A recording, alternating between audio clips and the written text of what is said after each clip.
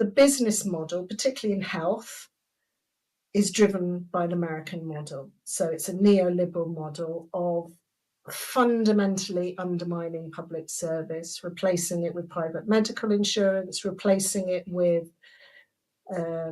business to consumer, business to business models of care. And also we've seen the emergence of large digital health companies, again, very much from the States, driven by that agenda, which really by stealth and quite quietly, until quite recently, until the last sort of 3 years, have been snaffling up contracts, which made them no money with the NHS, partly to capture data. Medical data is worth a lot of money under platform capitalism, but also to sort of suck up the big contracts. So the other thing that happens under neoliberalism is that size matters. So the size of the economic actor, the size of the business really matters. So large-scale multinational companies, they do happen to come from the States, but that could be different at a different point in our future.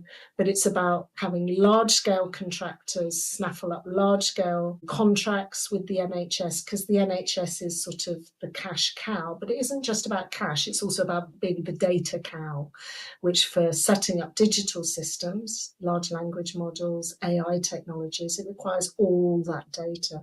So at least 10 years, if not 15 years ago, we started to see online support. We started to see the emergence of digital companies taking, for example, IAP services, providing those.